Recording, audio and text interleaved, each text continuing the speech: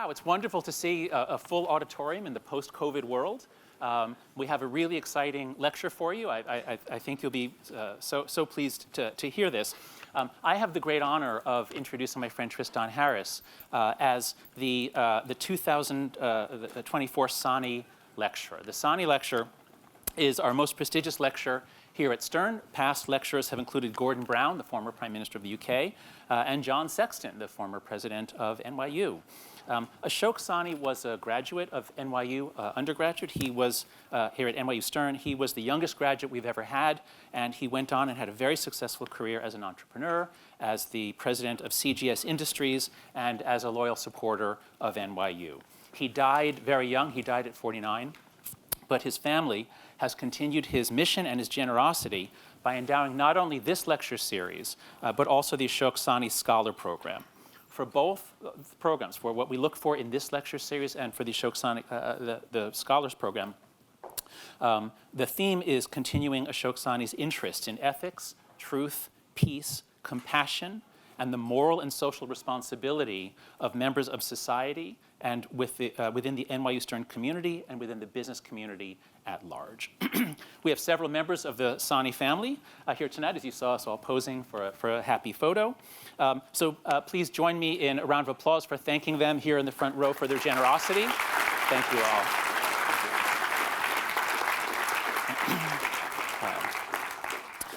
So given the Sani family's interest, and Ashok Sani's interest in promoting ethical behavior in business, we couldn't possibly have a better choice for a speaker than Tristan Harris. Tristan is co-founder of the Center for Humane Technology, CHT. It's a nonprofit organization whose mission is to align technology with humanity's best interests. I mean, it's a perfect match. Tristan, I'll tell you a little bit about Tristan. He studied computer science at Stanford, where he took this famous course that changed the world. There was a course at Stanford taught by Professor B.J. Fogg called Persuasive Technology. And Tristan took that course, as did the founders of Instagram, LinkedIn, and many other companies, where they learned behaviorist techniques, psychological techniques, merging the best psychology with the emerging technologies to maximally hook people. That's what they were taught, and that's what they went out and did. But rather than using that knowledge to play offense against humanity, as so many of Fogg's students did, Tristan has used that knowledge and his entire career to play defense for humanity. After Stanford, he spent 3 years working at Google as, your official title was a design ethicist? Did you make up that title, or did they hire you for that? Okay, so that's who Tristan is. He's hired by Google, and he says, I want to look at the ethics. And to Google's credit back then, they went for it. And he was looking especially at developing a framework for how technology should ethically steer the thoughts and actions of billions of people, because Tristan was one of the early people to see, wait a second, we're building these technologies and we now own most of human attention. What are we doing? So he gave a slideshow while he was at Google where he laid out, what was it called, respecting users' attention? A call to minimize distraction and respect users' attention. And I show some of those slides in my course today. A number of people here took either my Flourishing course or my Work, Wisdom, Happiness course, where we work on regaining attention. That's the key to flourishing. It's the key to flourishing in the digital age. So that lecture, that Google slideshow, just an internal Google slideshow, was so important. And he put it up online, and millions of people have seen it. And that's the basis from which his work later evolved. Tristan left Google after a few years and founded CHT with other tech insiders. He regularly briefs heads of state, technology, CEOs, Congress people. In addition to mobilizing millions of people around the world, he's trying to change the way we think about technology. He certainly has changed he and CHT have certainly changed the conversation around social media, in large part through the mega hit documentary, The Social Dilemma. Raise your hands if you saw that, The Social Dilemma. Okay, so a lot of people in this room. If you haven't seen it, I urge you to see it. In some ways, it's the prequel to what you're going to see today, because Tristan then moved on from the threats of social media to the even larger threats of AI. In fact, what Tristan is talking about tonight he and I both believe is the most important threat facing humanity. Yuval Noah Harari has a new book out. It's a very long book. I haven't read it, but I heard him on a podcast, and he said this amazing thing. He said, there are 3 major milestones in the history of life.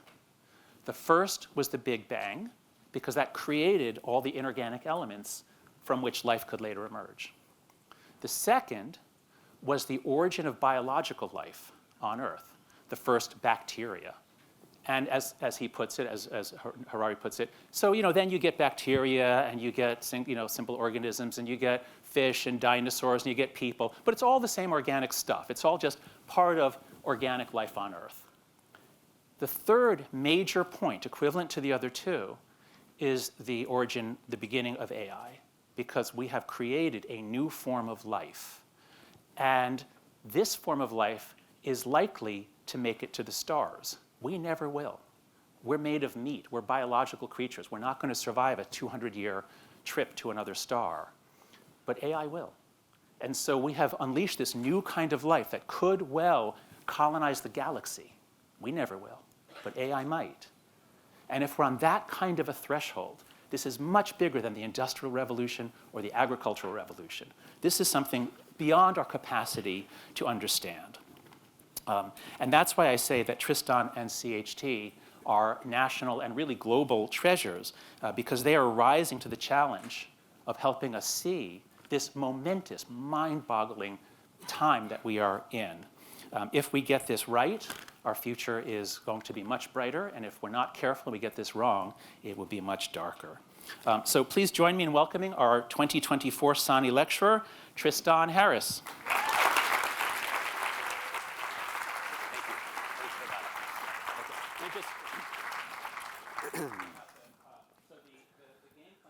Tristan's going to speak and show some slides for around 30 minutes, and then he and I will sit. I'll talk to him. I'll bring up some questions for something like 15 minutes, and then we'll have about 15 minutes for questions from the audience. We'll have microphones going around, I think. We're going to go till about, even though it was scheduled for 1 hour, 1 hour is not enough time to do something this big. So our plan is to go till about 6:10, 6:15 at latest, and then there's a reception outside. Thank you. Thanks, John. Okay. Can you all hear me? Yes, great. Thank you to the Sani family, and thank you to NYU and John for that introduction. It's really an honor to be speaking in front of you. I don't actually give a lot of public talks, and it sort of I get to remember what it's like to do this because I actually haven't done a lot since the pandemic. So just bear with me as I regain my sea legs. As John said, we started an organization called the Center for Humane Technology that is a nonprofit that is the organization that houses our work. Most people know us through social media, but we also focus on AI.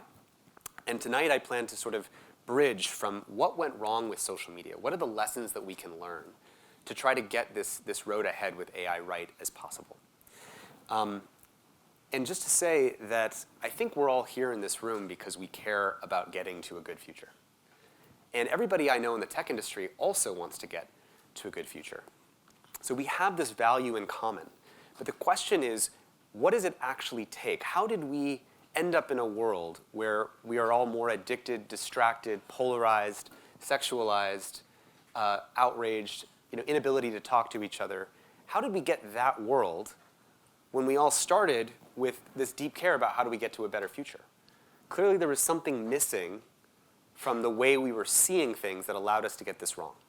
So tonight I plan to sort of diagnose that.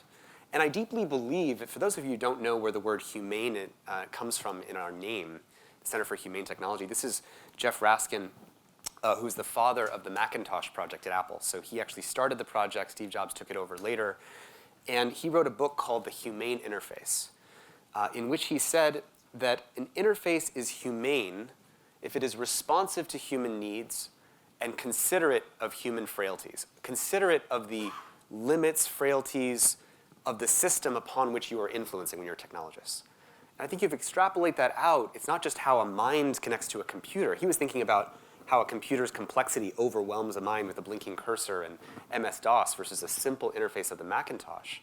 But I think you could extrapolate that out and say, how do you design humane technology that is humane to the social fabric, that is humane to the democracy's fragilities and frailties, that is humane to the biosphere that we depend on. And we need a new, more mature way of thinking about this if we want to get to that good future. And I know that we're here to talk about ethics in business, ethics in technology. How do we make the right choices? And I want to challenge us to actually think about not the ethics, but how do we create the aligned incentives that produce an environment where the ethical choices are the ones that win.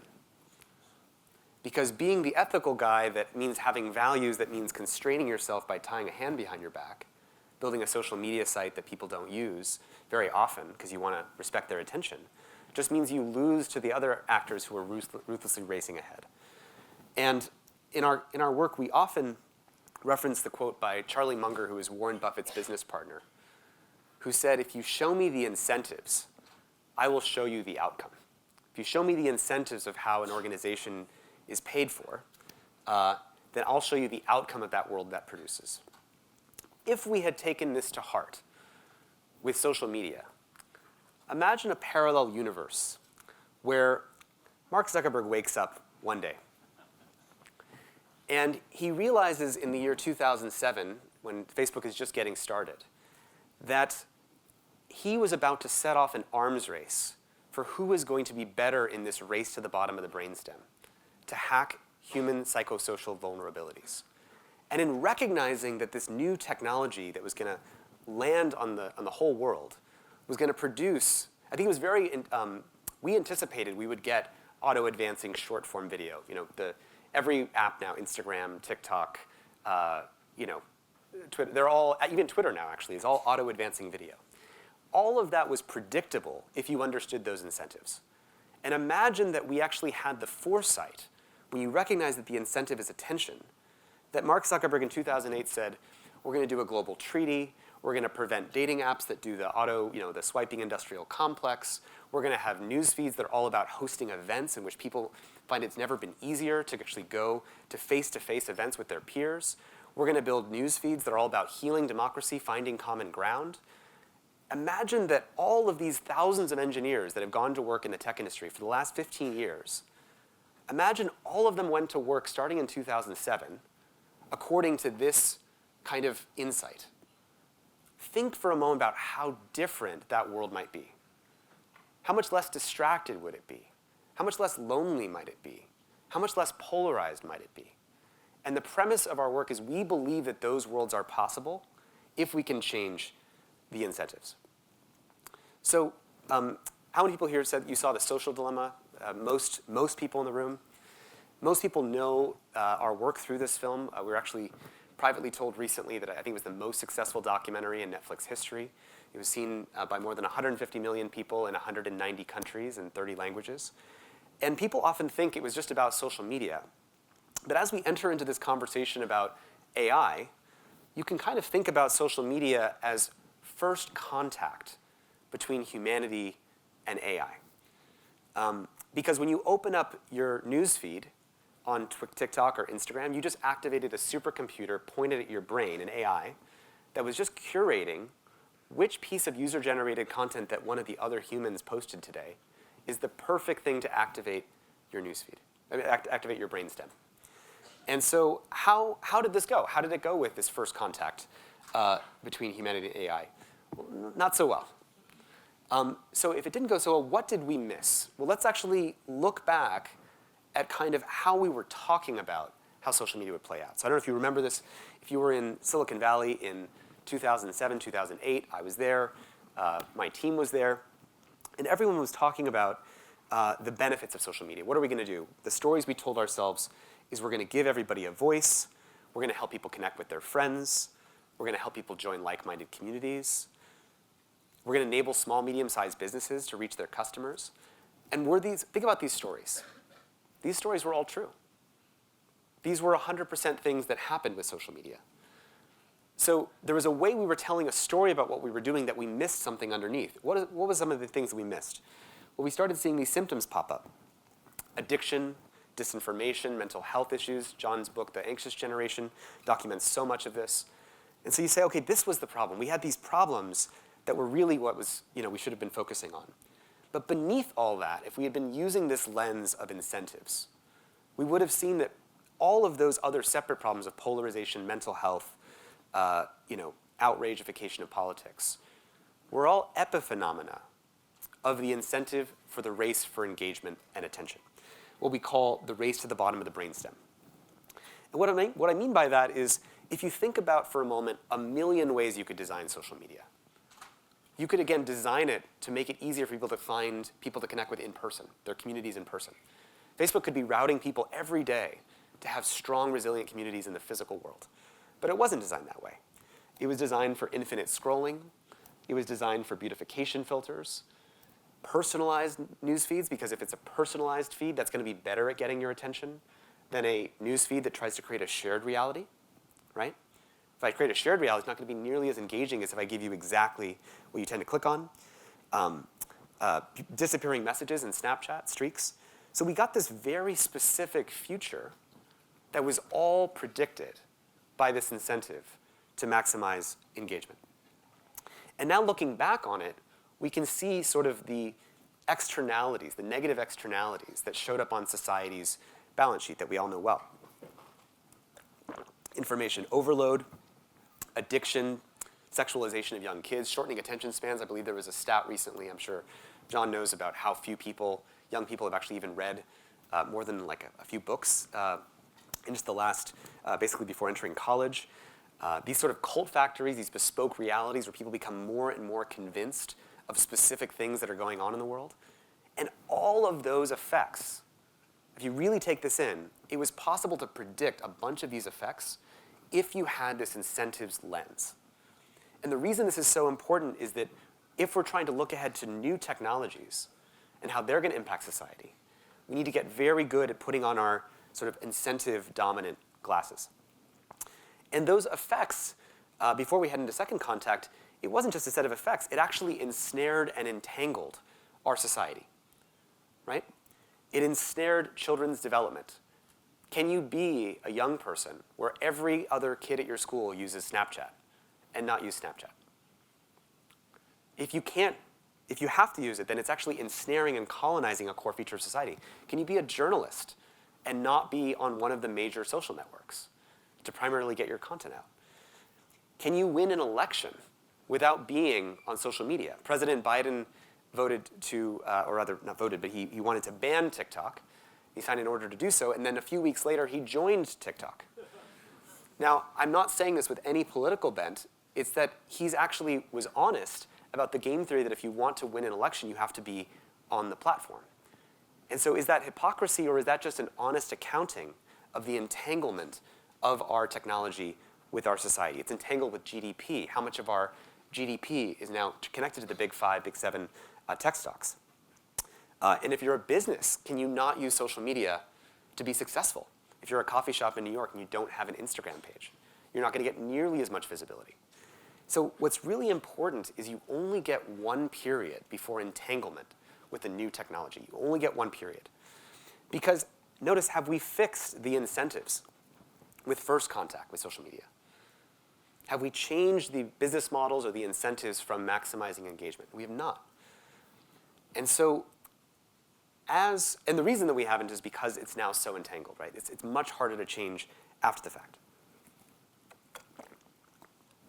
And so now, as we head into what we call second contact with AI, which was not curation AI, curating which posts you see of all the other humans who posted content, but it's generating new things from scratch.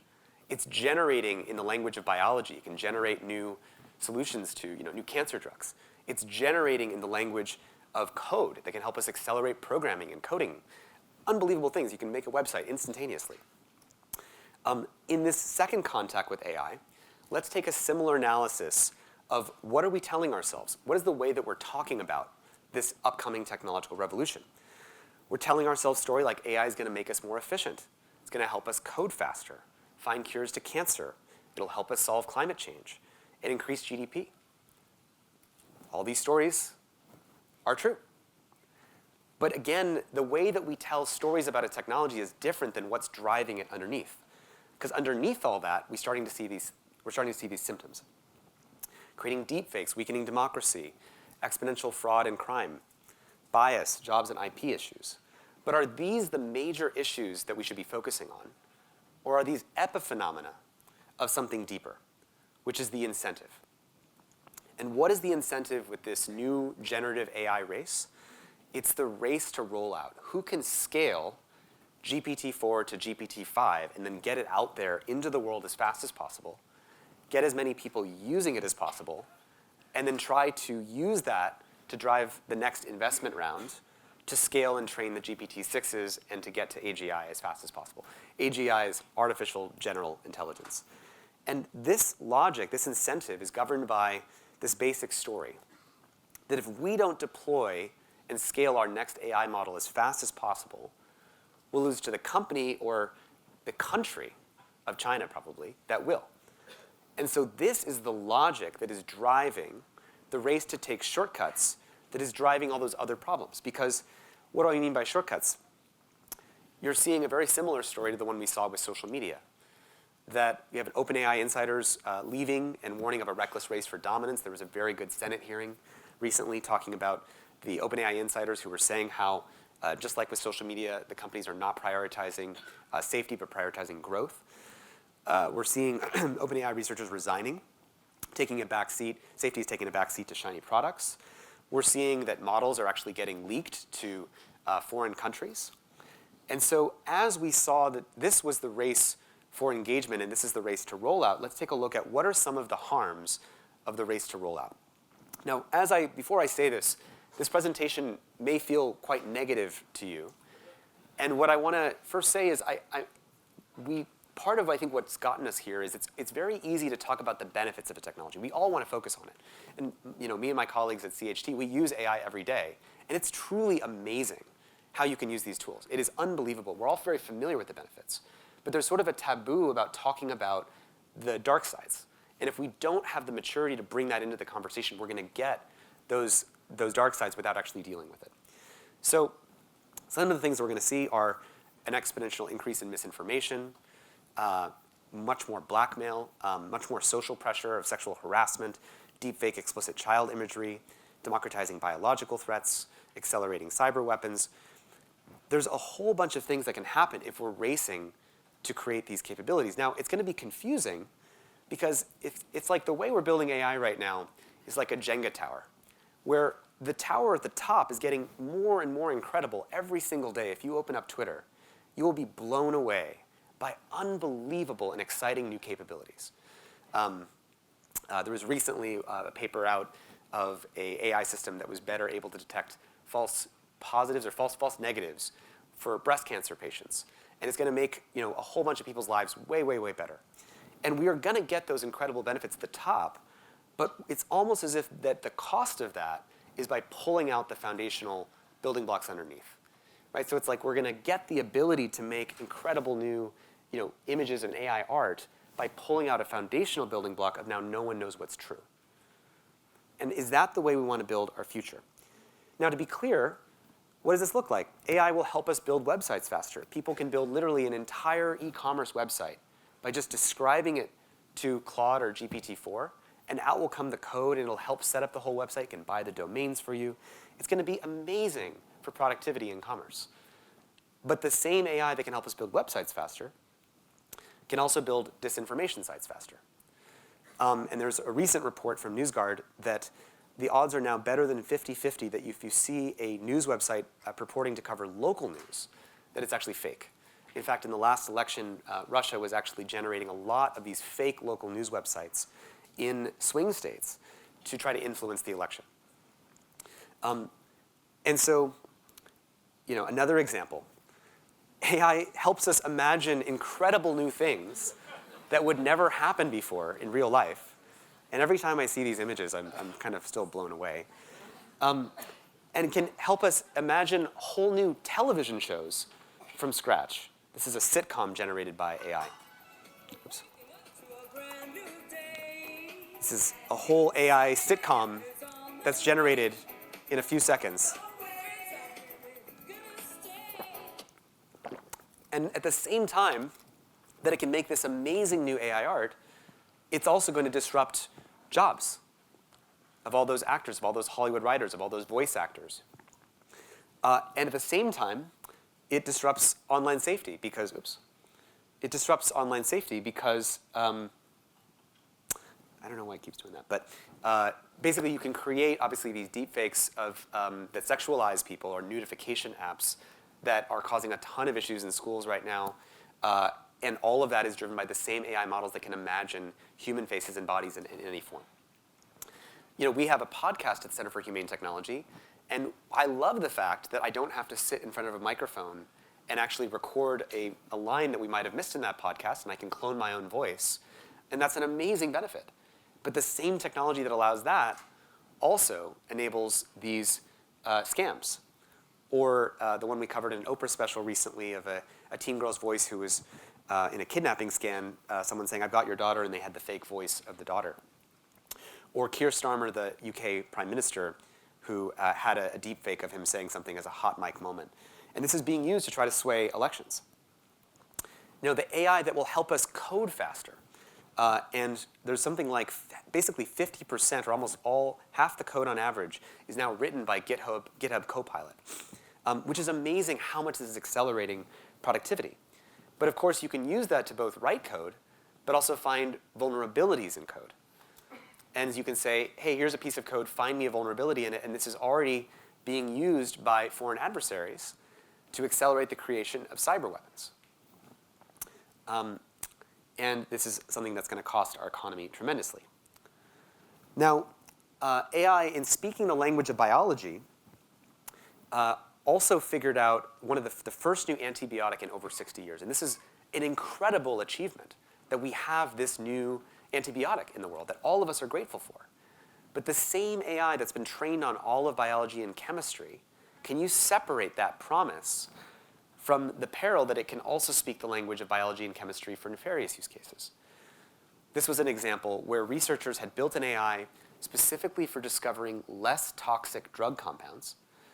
And then one of the researchers had this thought of, if we just flipped it from less toxic to more toxic, what would it do? And in 6 hours, it generated 40,000 toxic molecules, including rediscovering VX nerve gas. And you can't separate the promise from the peril of those technologies. And Mark Zuckerberg has said that he wants to open source artificial general intelligence that has the promise and the peril intertwined. Now, we all want the benefits of open source AI that can democratize those benefits. But it does pose really important challenges for us if we can't separate the promise from the peril, and that they're intertwined. And so again, it leaves us in this place where, as we are assembling this future of humanity with this incredible new benefits every day on Twitter, that you can open up and see amazing new things you can do with AI that you couldn't do yesterday, we are also weakening the foundations of society. And when you're asked the question, is AI good or bad, it's not whether it's going to be good or bad. The question is it going at a pace and in a way that is actually going to undermine the foundations that we depend on while we're getting all these benefits? And so that is the challenge that we face.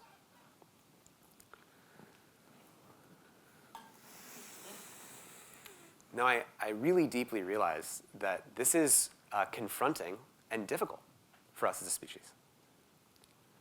And I want you to just think about every other person in this room in this moment. If you just saw that presentation, you are a mammal like every other human being in this room. And we're being confronted by a new kind of power that we just didn't have before. And all of us are humbled, I think, in the face of that power because we stand before a spectrum of possible futures. You only get, again, one period before the entanglement of a new technology.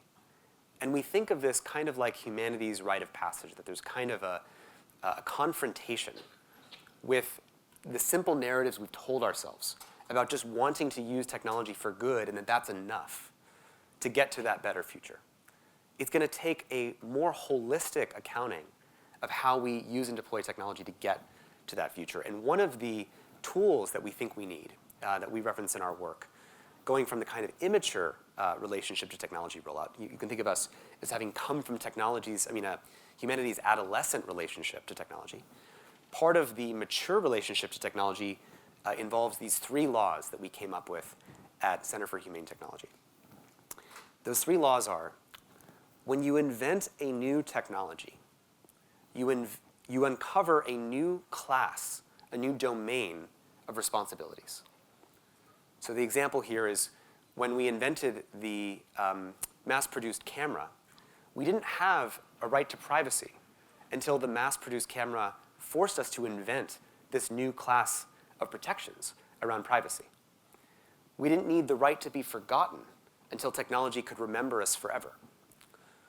When you invent a new technology like infinite scroll that's going to hijack kids into doing this all day long, which my co-founder, Aza Raskin, he was the hapless human who accidentally invented infinite scroll.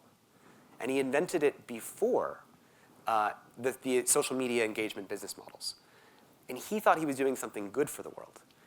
If he realized that, oh, this is going to get weaponized and taken up inside of these unhealthy incentives, he could have been like Mark Zuckerberg in that opening image I showed you and said, how do we convene a design standard so we don't use infinite scroll in ways that are going to be harmful to society?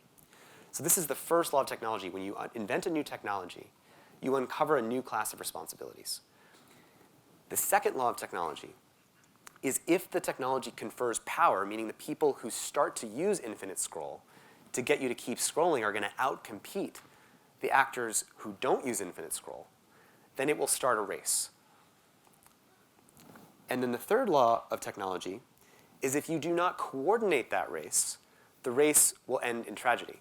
But flipped it to the opposite, the positive is, to avoid the tragedy, we need to coordinate. And so rather than say, is AI good or bad? Or is voice cloning good or bad? Or is the ability to speak the language of biology good or bad? It's to understand those new capabilities in the context of the power that it confers. Because if we had recognized those 3 laws of technology in 2007, we could have actually gotten ahead of all of this damage that social media has now done to our society. And that is possible if we were to convene that kind of thinking before the next rollouts of all the next major technologies. Now, of course, there are some things that we can do right now. You can listen to our podcast. We did an episode about our federal liability framework for AI models. We can have stronger, in the absence of strong government laws or understanding of this technology, one of the problems is there's not a lot of expertise in government about AI. One of the best protections that we have right now is whistleblower protections for people who are inside the companies who know where these risks are and are not being adequately accounted for on the outside. If you think about the case of social media, some of the best ways that we've gotten a handle on what was wrong was by the bravery of people like Frances Haugen or Arturo Bahar, the Facebook whistleblowers, who came forward to reveal that information.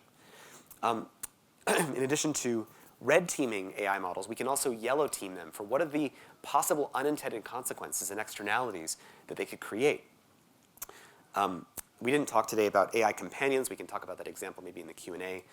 And I'm happy to talk more about these examples. But it's not just about what we need to do. As I said, there's kind of an invocation of who do we need to be to actually responsibly steward this incredibly powerful technology. Because you can think of the way that humanity's been doing things with our relationship to technology is we have, if you take the kind of Steven Pinker view of the world, we've created unbelievable benefits in modernity. We have unbelievable poverty reduction, modern medicine, cheap, abundant energy, global travel, instant connectivity. And I think we would all take the trade that got us to this point. And yet, as part of the sort of shadow of those benefits, in humanity's shadow and the externalities that we've created along the way that come directly from the accomplishment of those goals, we also created mass loneliness, inequality, democratic backsliding, forever chemicals. And AI is going to exponentiate the way that we have currently been showing up. You can think of it like, we invented lead for engine knocking to prevent leaded gasoline for engine knocking and leaded paint. And we didn't realize that leaded gasoline would steal more than 800 million IQ points since the 1940s, almost 1 billion IQ points from humanity. we got really excited when we unlocked the language of chemistry. This is DuPont's logo from the 1930s, better living through chemistry. And we're all so excited about all the benefits we got from unlocking that. But we also got Teflon, and unfortunately, it came with that, forever chemicals. That now it's been said that it would take more than the total GDP of the world to clean up. And so if you think of humanity as kind of, rather, if you think of our economic and political system as kind of a Model T. We have this 19th century economic and political system. And we're trying to run, we've sort of seen where that's gotten us. And what AI will do is sort of supercharge that Model T without changing the steering into a more exponentiated version of the thing that we have now. And so I believe that AI is almost an invitation for us to be forced to reckon with our previously immature relationship with technology, and then to do what it takes to clean up our act and to mature in our relationship to technology. And I still believe that there's a spectrum of futures available to us. Many futures have been locked in. We have many AI capabilities that have been released. And there's still choices that we can make about how we want to roll out the next ones. So with that, I think we'll move to Q&A.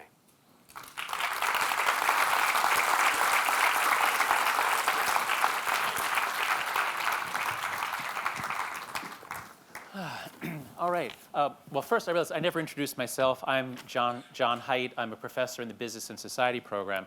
I just want to mention that because what we do in Business and Society is we are generally pro-business. We think business creates value for the world. We, as Tristan was saying, it's companies that have made these amazing products that allow us to live in such comfort. And there's a motto from Mike Posner, a member of our group. He just puts it so simply: pro-business, high standards. And so I think this talk that we just heard is about a way that the biggest, by capital, the biggest businesses ever are transforming society at a faster rate than ever, with less regulation, less control, less conscience than ever. And wow, thank you, Tristan. This is a moment, and you are helping us to understand it. I also just want to note what a master storyteller he is.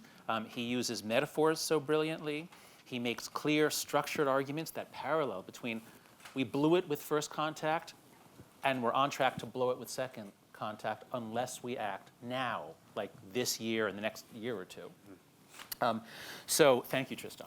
I just want to start by just getting an overview of the risks of what is it that we should be worried about here. When you put up so many, one you didn't mention is sort of the Terminator situation. AGI becoming conscious, taking over, and ultimately killing us off as annoying mosquitoes. And when soon after ChatGPT came out, we were all attending to this, there was that survey of people in the AI world. So how do you, just tell us, how do you think about the risks of AI? And especially tell about AGI, and then, because the things you talked about were mostly how bad actors or just heedless actors, humans, can use AI to do all kinds of stuff to mess things up. So how do you see it? The first thing to say is that any conversation about AI is always dysfunctional because AI literally touches every topic in the world. And you can't cover every topic. It touches jobs, it touches intellectual property, it touches what does it mean to be human, it touches outsourcing critical functions, homework, education, the classroom, democracy. So just to name that, if you think about, there's this sort of alien that's landing into humanity, and we're even struggling to have conversations about how do we talk about it in the way that it can land in the most helpful way and to minimize the risk side. I say that only because there's a range of risks. We call them, first contact risks, second contact risks, and we use the phrase third contact risks for the sort of advanced scenarios you're talking about. So what can I say? There's a whole spectrum of risks, which is everything people know about social media. I'll start there, since everybody in this room knows the social dilemma. AI will supercharge all the risks from the attention economy, right? Because whatever was addictive about social media with user-generated content Now we have AIs that are going to be able to generate the perfect content without even tapping the influencer on their back and trying to use the influencer's vanity to try to create content for other people to look at. Now I can almost fire the influencers, and I can actually generate all of this AI-generated content that's going to be very, very engaging. So wait, are you saying that we will soon have just AI influencers who will just be so much better at making amazing stuff than real humans, but they'll still have like human names because it needs to appeal to us? Yes, I think that that's where, long term, that's where it goes as it gets better. Now remember, for every mistake that AI makes and every glitch you see in the way that generative AI works, this is the dumbest, least powerful, and least capable AI will ever be in our lifetimes. And every few years, it grows nearly exponentially in the capability. Just a few years ago, GPT-2 couldn't count to 10. I don't know if anybody here used GPT-2. GPT-4 can pass the MCATs and the bar exam.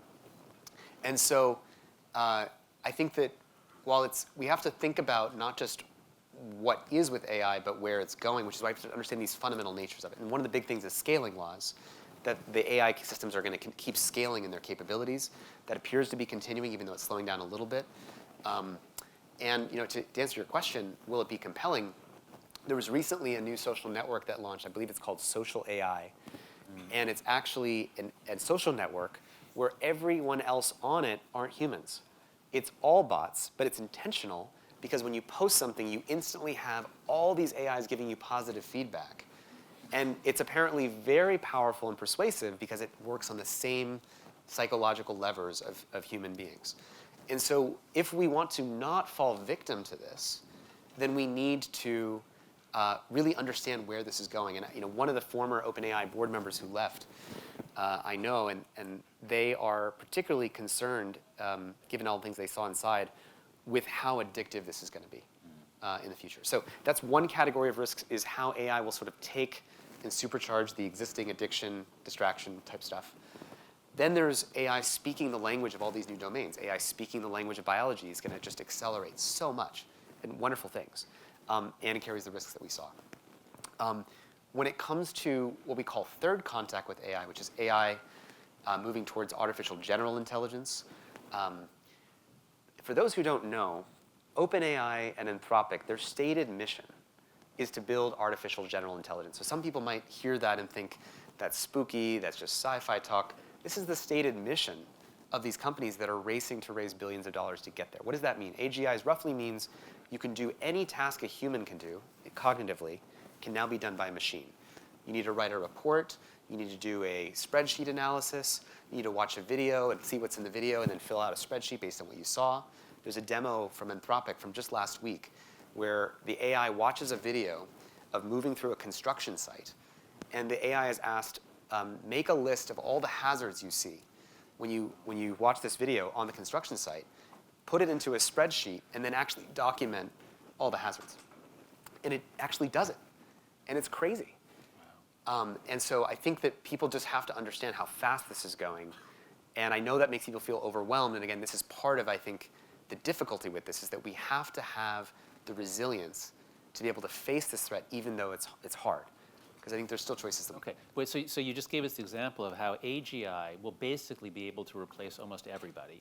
And then once AGI is put in robots, robots can build everything. And at that point, we're done. Like, we're just not necessary. Is that what you're saying?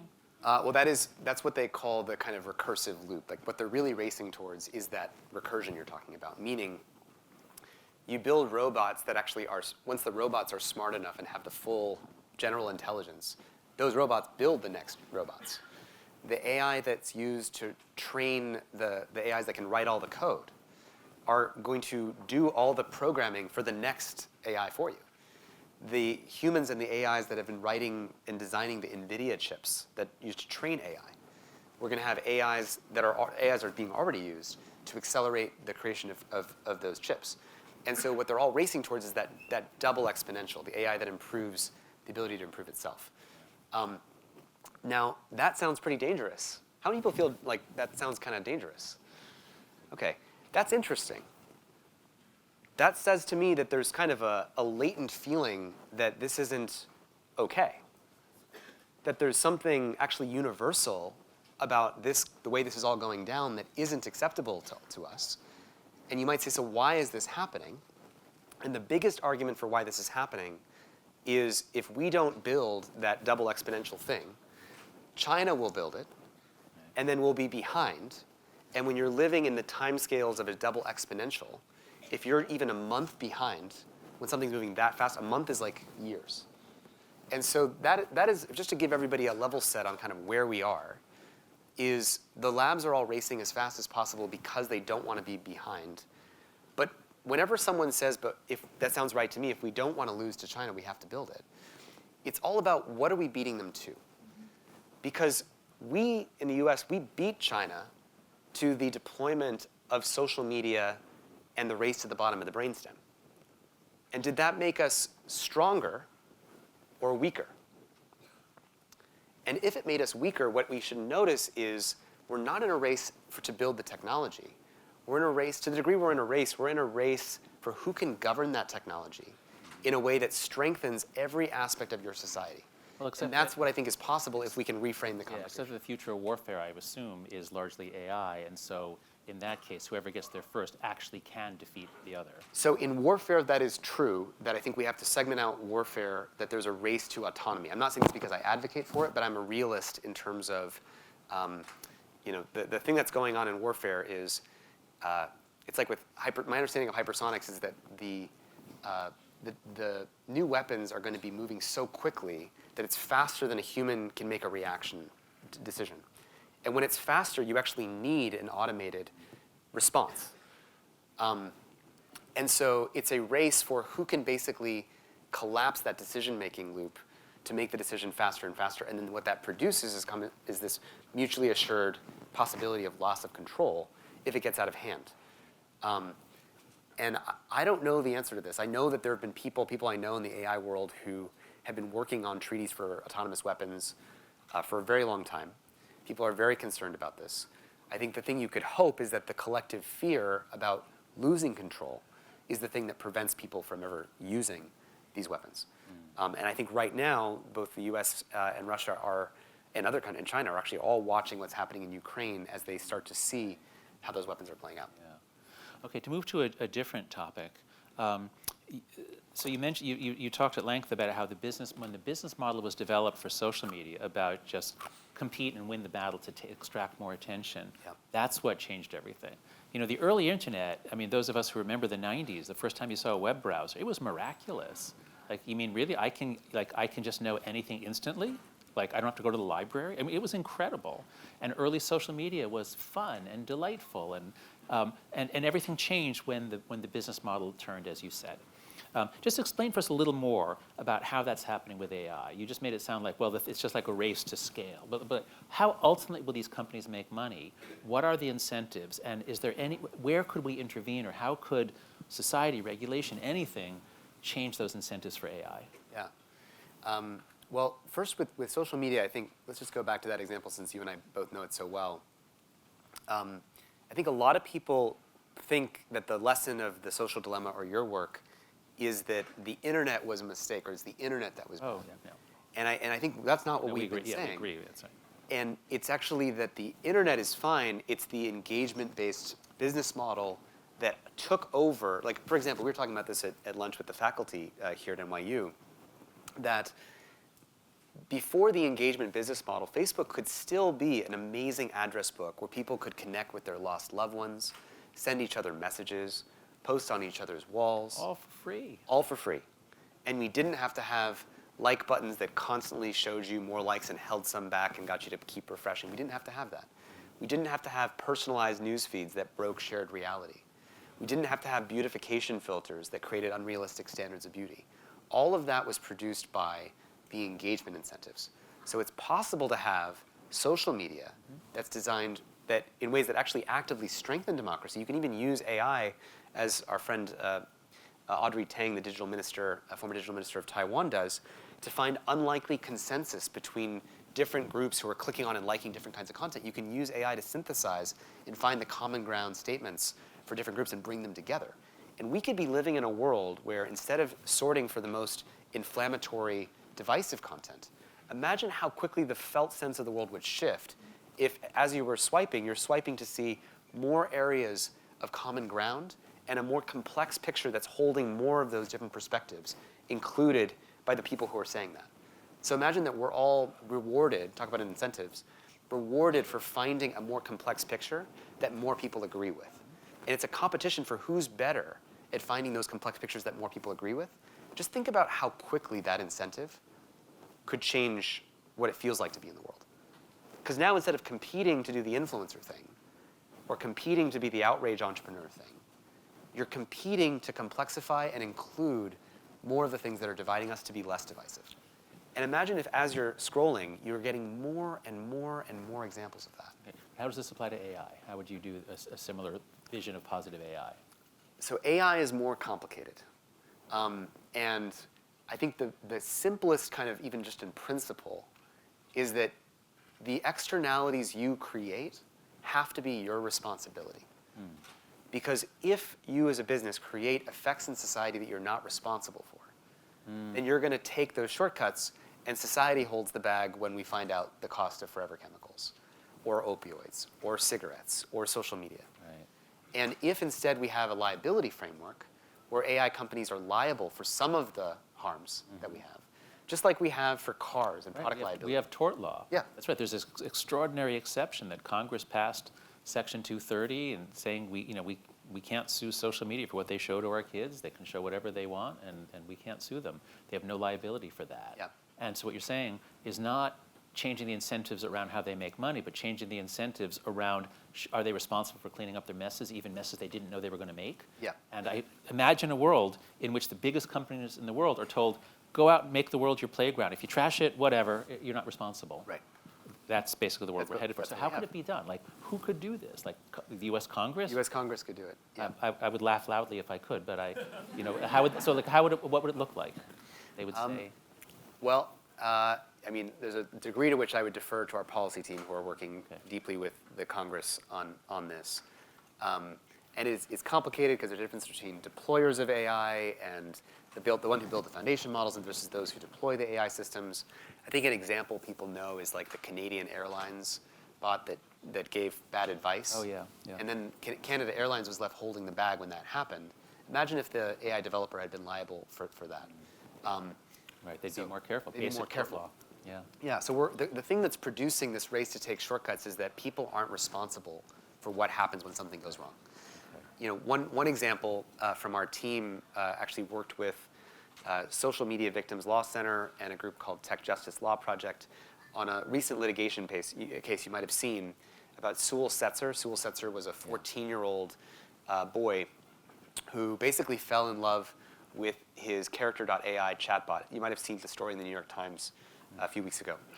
And what you may not know, so he committed suicide because of this relationship with this AI chatbot. Now, what you might not know is why was the AI chatbot designed in this way where I think it told him that the chatbot said, I want to have your babies. It said, join me on the other side when he was contemplating suicide. And why was this chatbot doing this? Well, the incentives for character.ai is when you raise venture funding.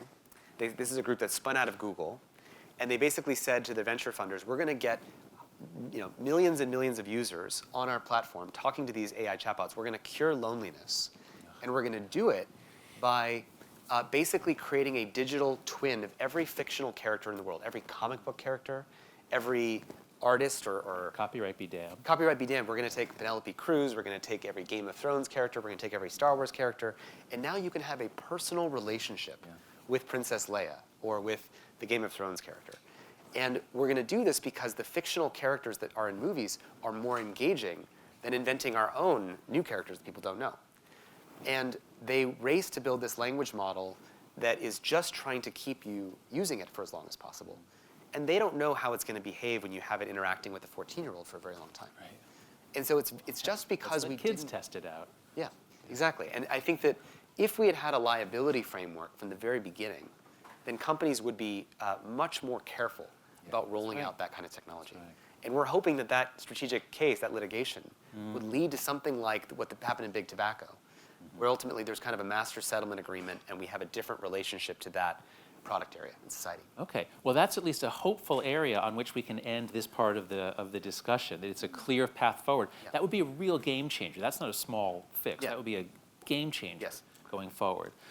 Okay, we have about 12, 14 minutes left, so let's take some questions from the audience.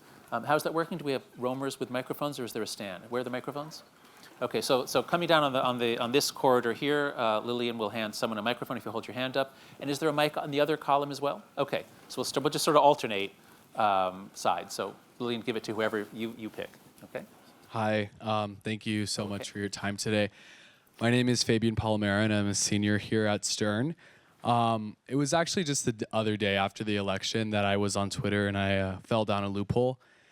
Realized after a while that I was looking at some really nonsense media. So it struck me how there's no longer deference to expertise or any sense of objective truth. On an individual level, what can people do realistically to counter the erosion of shared reality, especially when patience is running thin in such a fragmented digital landscape? Thank you. That's a very, very good question. What can people do to counter the effects of the breakdown of shared reality?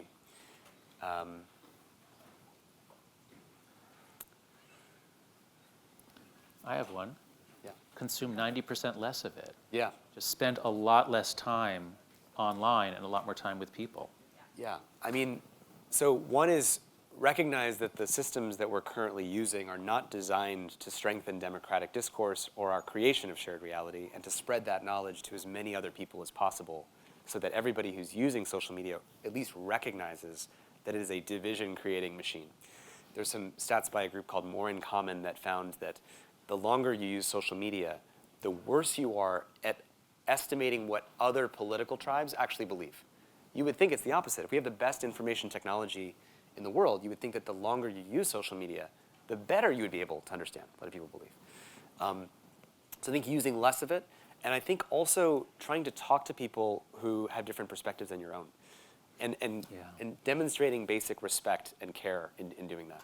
It's a very basic thing, but I think people doing that and getting those skills and not getting triggered by someone saying they voted for someone that you disagree with is a very basic recommendation. Great. Okay, a question from this side? Hi, Tobias Pampatti. I'm a visiting postdoc here at NYU Psychology, and I want to go back to scaling AI, because one of the topics that you had that was kind of like just mentioned is sustainability, or like energy efficiency in the use of AI, which is a very big problem over there.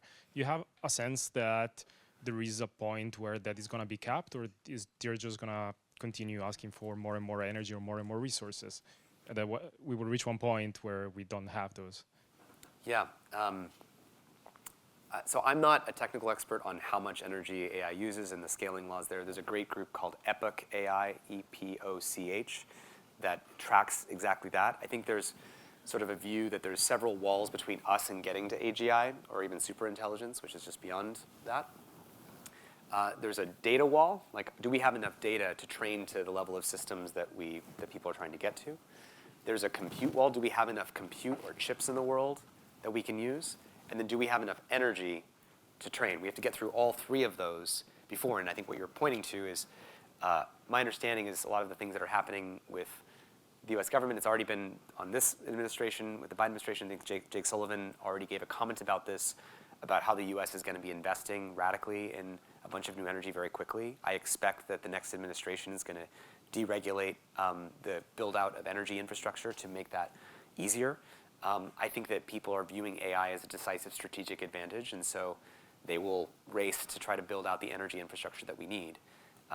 And unfortunately, we're seeing a lot of the existing tech companies who made climate commitments have to renege on those commitments in order to train the next AI models, to use whatever energy is available, under the auspices that if we build the AI, it will come up to solutions to our energy problems and our material science problems that we can't even imagine. And if it does come up with something that is really, really efficient, that'll help us on the other side. And it's a very complicated situation, because we're not in a good position as we are, and the pro-AI accelerationist folks just would prefer to roll the dice to see in that infinite set of possible unknowns, maybe there is some breakthrough in energy that we're going to need. The challenge is how quickly that will be deployed and how much worse it's going to get in the meantime. So it's this very weird pinch that we're in. Oh, yeah, roll of the dice. Okay, question from this side. Hi, I'm Natalie. I'm an MBA student here at Stern. You kind of stole my question, so I'll pivot a little.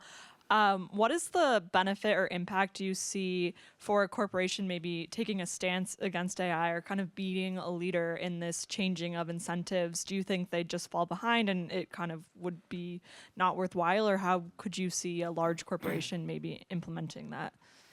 Yeah, it's a great question. I think whenever the temptation is to ask what can one person do or one company do, it's how do we create how do we bind the race, like in the 3 laws of technology I gave? How could all businesses band together for a common recognition of what would be responsible AI rollout and collectively advocate for that? Because right now, as I'm sure you're pointing to, the companies that are in the NASDAQ that say this is our AI strategy start to get all this new money and get outcompeted by the ones that are more hesitant. And until there's a kind of a common understanding, the businesses are caught in that same race. And so I think what we need is for the businesses to come together to actually say, what would that responsible rollout look like, and have more shared norms. And then we need more public education so that consumers reward them for doing that, as opposed to penalizing them for not moving as fast as they're currently going. On this side. Thanks for coming. So, quick question about, you mentioned the downsides of open source AI. Closed source AI similarly has downsides, those being assuming a winner-takes-all environment, full control over the models, the levers that they pull that basically control how we access information, effectively human consciousness, and that being opaque. So how do you balance these two very unfortunate extremes? Yeah, it's a really important question. We say that in our work, there's sort of 2 ways that AI is going. So one is, what he's pointing to is if you prevent open source AI and you try to hyper-regulate, I just saw this presentation on all those risks, we're going to hyper-regulate AI, therefore only a few companies can do it, and then they have all the resources and they train the GPT-6s and GPT-7s and they have all the centralized power, and it's sitting behind an opaque corporation that is not accountable to the public, is not run by the Defense Department or the Manhattan Project. And so how do we handle that? The answer is usually you democratize the benefits over here, so the open source models can kind of fight back, but the problem is as you get more open source models, you end up democratizing all the catastrophes. The response to that is usually to regulate, and the response to the centralization is to then go back, and so you ping pong between more catastrophes on one side as one bad outcome, and more dystopias, centralized corruption of power, on the other. And that is the challenge. And the challenge is how do we craft, we call it the third attractor or the narrow path, towards something that is cognizant of both bad outcomes. But we have to be, there isn't a good answer to this. This is sort of the thing that I would point everyone's attention on. That if you're researching in this area, this is the area you're interested in, that third path is the thing that we need everyone's attention on, because it's not going to be solved by open sourcing everything. It's also not going to be solved by centralizing everything. Okay, so we'll take one more question from this side, and then I'm going to ask one last question myself, and then we'll go get food and drink. So, Leilani, you pick whoever should ask. Hi there. My name is Arun Malvani. I'm not a Stern student. I'm a friend of the Sani family. Very good. I have a question regarding, I guess, human behavior. Right? Let's make the simplified assumption that human behavior doesn't change all that much, and in the absence of some crisis of conscience or, elevation of spiritual consciousness, that we're going to replicate the failures of the past. How do you think AI actually ultimately evolves over time, specifically given the search for dominance or the reach for dominance from a capital perspective and from a tactical perspective at a government level, in order to get to that point about exponents upon exponents in terms of driving AI from a power grab perspective? So you're saying how does the capital and the race to scale affect human behavior? Correct. How does it affect human behavior? I might answer slightly orthogonally, which is How many people here know the marshmallow test experiment in psychology? Some people. So this was a test that was about testing kids' self-control. From a behavioral science perspective, one of the things you might be asking yourself is, do we have the capability to meet this challenge? This whole conversation, I know it's really difficult to be with this material. If you think of humans as being the one marshmallow species, one marshmallow meaning, the experiment in psychology was, a kid is sitting down in a room, and the experimenter comes in, there's one marshmallow in front of them. And of course the kid wants the marshmallow. And the experimenter says, I can either give you the one marshmallow now, or if you wait 5 minutes, I'm going to leave this room, you're going to be sitting alone with this marshmallow, I'll come back and I'll give you 2 marshmallows if you didn't eat it. And it's a test of sort of the willpower and the ability for humanity, or humans, kids, to do the right or harder thing. And in a way, AI is like humanity's marshmallow test. If we are the one marshmallow species, our prospects are not very good. The reason that I'm here, and I actually genuinely believe, I genuinely believe that we are capable of making the wiser, righter, harder choice. If we are seeing clearly, and if we believe that we can collectively make that choice together. Obviously, the game theory and the competition and the forces that are driving, if I don't just move as fast as possible, that environment pushes these human beings to be more like the one marshmallow version of themselves. And I think that we need to clarify the situation, because when all of you raised your hand a moment ago, saying that that's not the future that you want, that is universal. We all want to keep this experiment going. We all want life to continue. We all want thriving social fabrics. We want to have children and feel really good about the world we're putting them into. And so I do believe that it's possible, but we also have to escape the funhouse mirror that social media has reflected back to us, the one marshmallow version of us, for something like 20 years, that I think has made us very pessimistic about the way that we see the nature of human nature. But the reason that we do this work is we do believe that is possible. It's just going to take some real fortitude and clarity about let's try to make that happen. Okay, so that's a perfect segue into my final question, which is, what can we do to help? I'll say up front, CHT is a small nonprofit organization that has had a huge impact in the world. So I won't make you ask for support. I'll say, if any of you give money to charity, this is a very worthy cause. I urge you to just go to humanetech.org? Humanetech.com. Go there, check it out, or talk to Daniel is the CEO, president of, executive director of CHT. But beyond any sort of financial support, what can people in this room, people in the business community, students, what can people do to help here? It's a great question, and I think we'll have better ways of mobilizing more people soon. But I think share this information with the people that you know. There's a public talk we have called the AI Dilemma. You can share with people. You can host a watch party. You can talk about this with people. I think people, if they just Google it, it's on YouTube. It's on YouTube. It's called the AI Dilemma. Instead of letting this be, we have this effect we talk about in our work called the rubber band effect, that AI is so bizarre and almost sci-fi in the way that it confronts our sense of what's possible, that you'll watch as you leave this room, you will have totally taken in everything we just talked about, and then just watch as your mind kind of rubber bands back to the previous ways of seeing the world that you were holding before you got to this room. And that's okay, because we're human beings, and that's what our Paleolithic brains do. But I think that one thing you can do to counteract that is, follow this topic online. Like, we have a podcast, Your Undivided Attention. Oh, it's amazing. Your Undivided Attention. It's a fantastic podcast. And there's a lot of people doing this work. Center for AI Safety has a course. There's a lot of people doing work in this area, and we need more hands, more resources, more people. And so stay connected to this topic. Keep talking about it with people that you know. Talk to your lawmakers about liability for AI. And come talk to us. We'll hang around for a little bit after the talk. Okay. Well, with that, I hope you'll join me in thanking Tristan for an amazing and thought-provoking talk. Thank you.